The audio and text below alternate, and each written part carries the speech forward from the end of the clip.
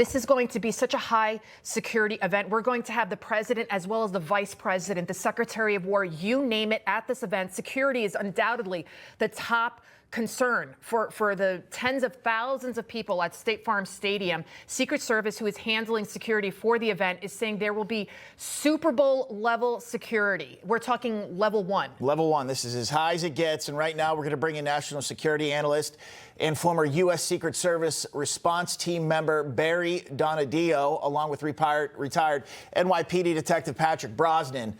Gentlemen, we appreciate you both coming on. Patrick, I'm going to start with you. As Lydia mentioned, this is level 1. This is Super Bowl. This is as big as it gets as far as security is concerned. So how do you do that, and how do you prevent, I guess I should say, the lone wolf factor, somebody trying to do something today? Excellent question, and good afternoon. Let's start off with that today is not July 13th, 2024, and we're not in Butler, Pennsylvania. Today, there'll be no surprises. There'll be no second chances. This is not an event today. This is a federal fortress, unlike Butler. We have unified command is in place. The Secret Service, the FBI, the ATF, DHS, state and local partners are all operating off the same sheet of music.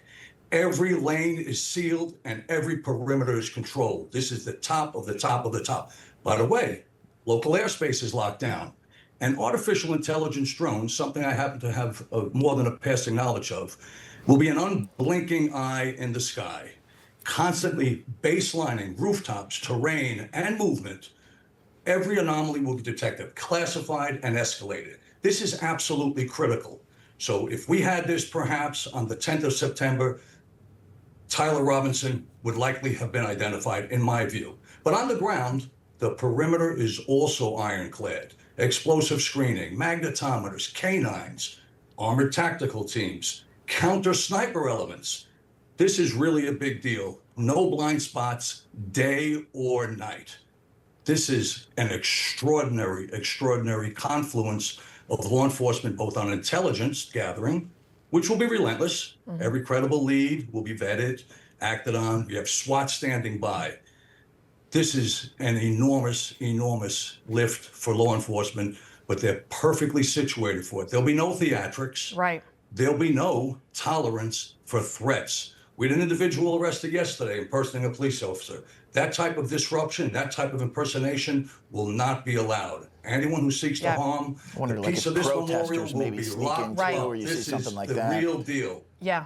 And Barry, you are a former U.S. Secret Service emergency response team member for the Bush as well as the Obama administration. So talk to me about how unprecedented this level of security there is to have a president, a vice president, so many top-tier members of the White House to be in one place to honor a civilian. Yeah, and Patrick has it all 100% correct. I agree with everything he said. Not only is this a top-level event drawing all the security and law enforcement assets that Patrick mentioned, then we have the protective details of the president, vice president, his entire cabinet. I think half of Congress will be there in addition to that. So the credibility of the United States government is at stake here. They're not going to mess this up. We got some home field advantage here. U.S. Secret Service was there in 2023 protecting the Super Bowl. They've done it here before. So I imagine they're upgrading their plans and just implementing even more technologies to keep everybody safe.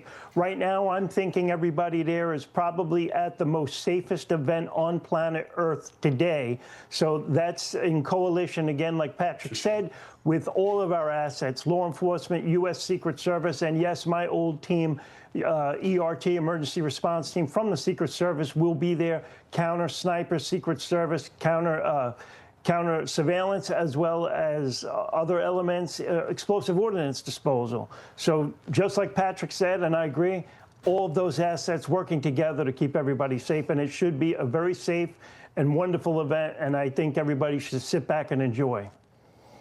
And Patrick, just to build off of that here, any small inconvenience, protesters, things like that, I would hate to see that happen at the memorial today, but I would assume if that does, they're out just as well. Quickly, they'll be watching for things like that. 1,000%, zero tolerance, and Barry nailed it. The safest place on planet Earth today And it speaks to the credibility of the United States government. And to be clear, as a member of law enforcement for many years, there's no promise for perfection. There's only a promise for preparedness. We can't promise there won't be an attempt. All right, bad guys are endlessly resourceful, but we can promise they'll be met with maximum force, full command, and decisive action. That's the absolute key. So let the record show. Today, we protect the mourners. Today, we protect the speakers and the memory of Charlie Kirk. Amen. And the All right, nation's Patrick, right to remember. Patrick Amen. and Barry, thank you guys so much.